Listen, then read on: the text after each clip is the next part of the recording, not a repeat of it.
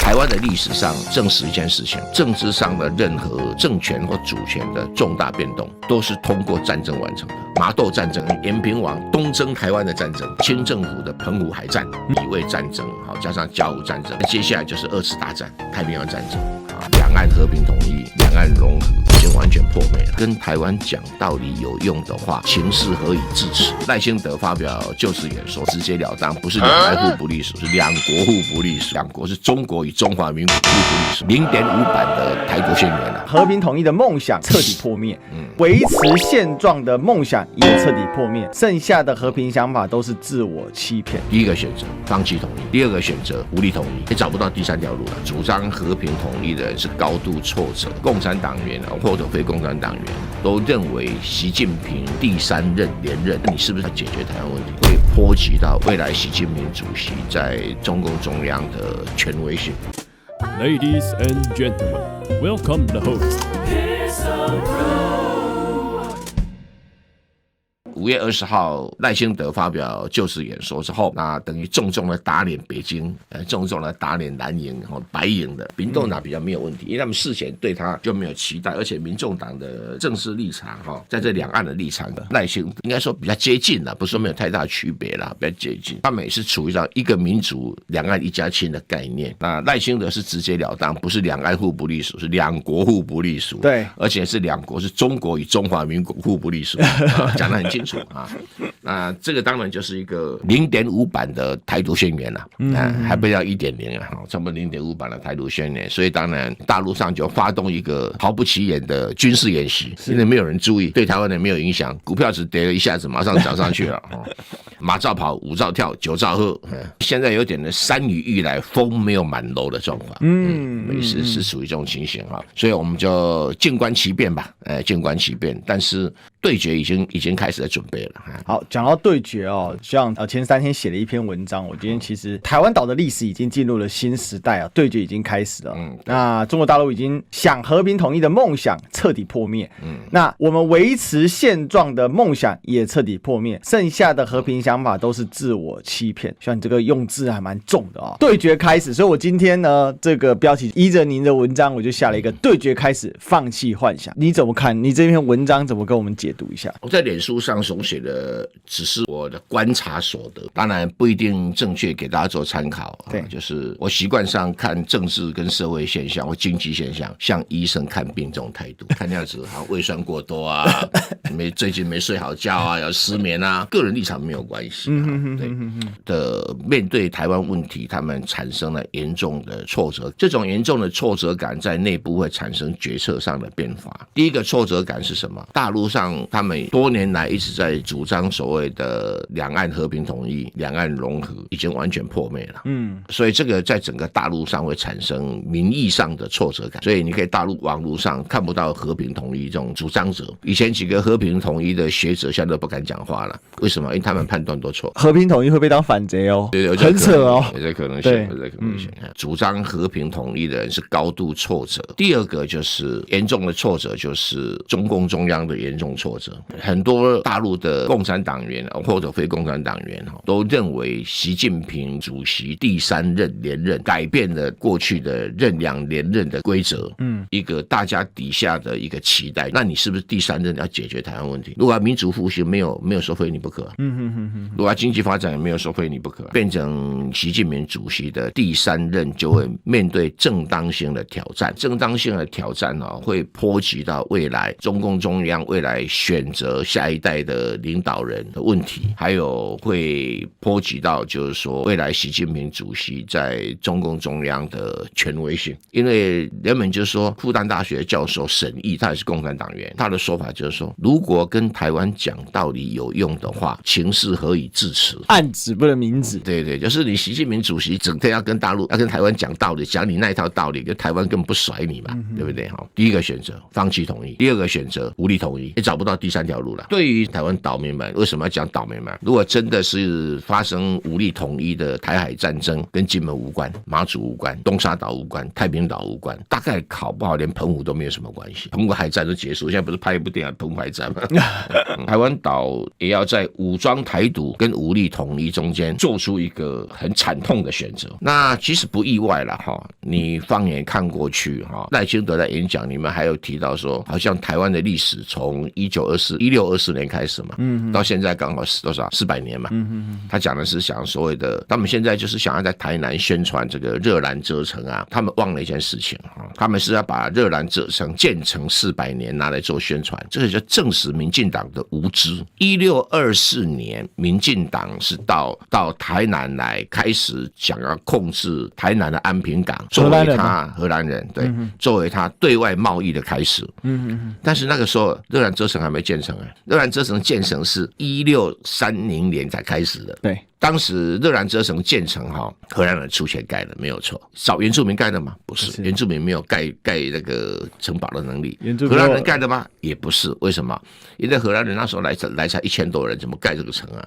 而且大部分都是官员嘛，他怎么可能自己去做？他到中国大陆去找工人来盖的。他们自己的记录上说，我盖这条马路要花多少钱？盖这个各个部分要花多少钱？拿给中国的工人每天薪水多少啊？他们自己记载很清楚，所以那是从福建去找中国的工人来盖的。那建材有一部分的建材是从澎湖运过来的，那澎湖的建材从哪里来？从福建运过去，抢的是抢过去了。所以我不晓得他们去庆祝这个1624年有什么历史上的意义，他只是骗老百姓。哎呀，热兰遮城是从1624年建立起来了，因为没办法，因为赖清德没有读书嘛，对不对？这个王伟哲也没什么读书啊，所以他不了解这一段历史。我讲读台湾历史这一段书，他们在下班。不是要台独，怎么还不读台湾历史呢？没有，因为台独只要可以骗老百姓就可以了，这个不是很重要。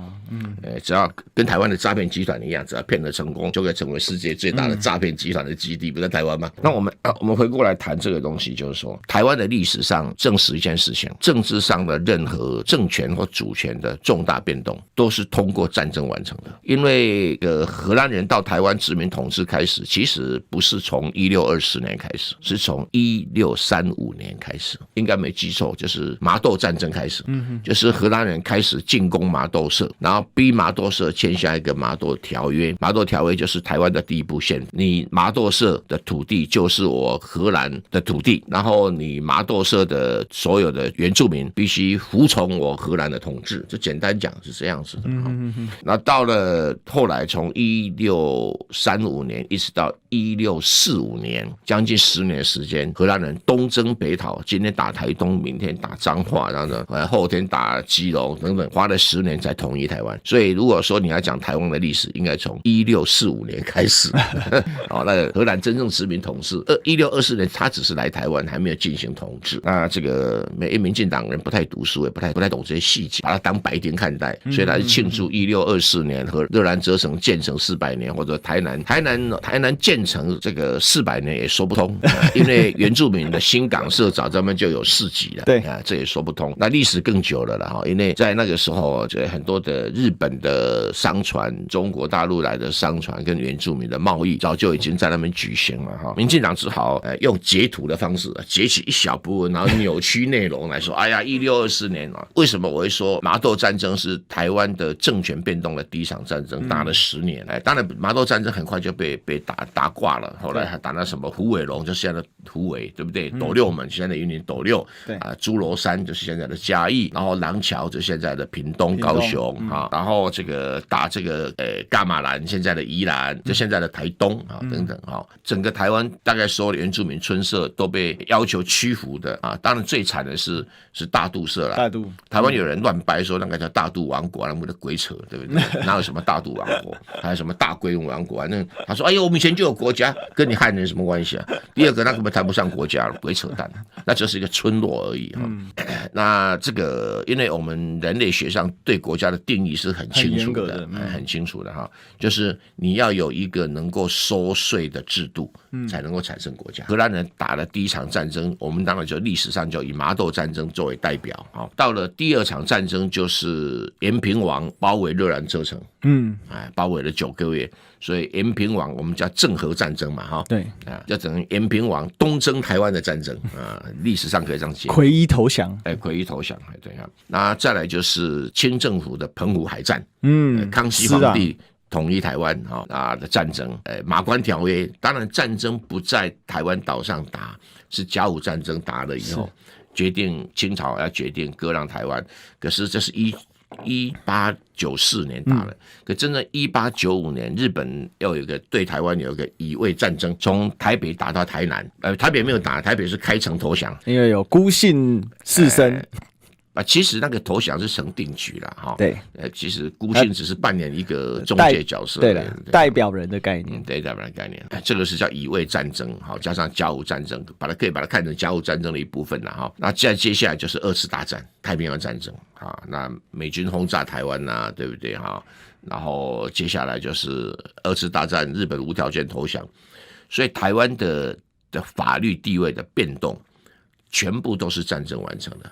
下一次如果有重大的变动，以目前两岸和平统一、和平台独这2个方案都不可行，或者没有现实基础的状况底下，那这场对决也是可能啊，依这种历史性的判断，也是用战争来完成啊。这个时候我才会讲说，那为什么没有立即发生战争呢？因为战争的准备刚开始嘛，是对，要准备多久不知道。可能会意外的长久，也可能意外的短。我们只能从几个指标来观察，战争只要完成了，台海就会发生战争；战争只要没有完成了，就不会发生战争。那其中有很多的观察指标，我觉得告诉大家比较简单的观察指标，就是说，中国大陆放在美国的美元外汇存底什么时候变成黄金清空？只要它清空到一定程度，台海战争就会爆发，就会爆发。好，那你说，哎呀，我们台湾的民意主张我们怎么样？我们主张中华民国维持现状。问题是在这里，大陆的民意不是这样，就跟俄乌战争一样了。乌克兰说我们100%都要加入北约，还路线呢，还路线哈。然后俄罗斯的民意是100%要打你一顿，就打起来了。对，我看的就是个现实问题了哈。那所以我们来观察他们启动战争的钥匙，当然是会用很多的人命堆积起来。那其中堆积特别多，应该台湾人的人命哈。那台湾愿意为台独付出多少代价，或者大陆愿意为统一付出多少代价，多多少少在政治领导人心中会有点犹豫啦。但是这个犹豫的时间能有多久不知道，这个犹豫的时间也决定这个对决的炮声什么时候响起。对决的炮声什么时候响起哦？对，那到底是长还是短？我们不知道。不过我想这次军演对岸发动速度也是很快了。那他们也有军演是纯粹军事效果是有啦，但没有政治效果，这是他很失败的地方。对就是说，但是就是说可以很快来发动啊，但什么时候其他条件全部都要水到渠成，包括军事条件，我们再继续观察。